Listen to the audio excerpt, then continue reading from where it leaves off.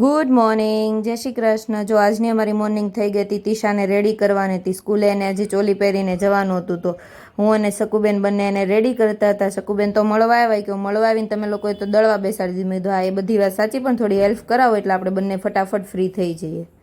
જો મેં બંને એને સરસ મજાના રેડી કરતા હતા.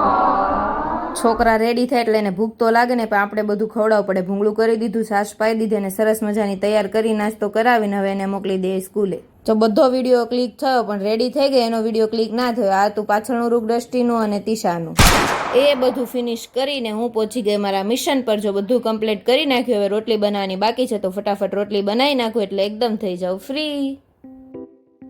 એ બધું કામ બામ ફિનિશ કરીને પછી અમે ફ્રી થઈને નીકળી ગયા. થોડું ઘણું શોપિંગ કરવાનું હતું તો શોપિંગ કરી લઈએ. હવે ઘરે પહોંચ્યા એટલે એમાં તો ત્રિશા અને દ્રષ્ટિ લોકો આવી ગયા હતા. જો દ્રષ્ટિએ ચોલી પહેરી રાખી, તીશાએ કાઢી નાખી અને આ તો મારો ગાંડો. તો મળીએ નવા વિડીયોમાં. જય દ્વારકાધીશ.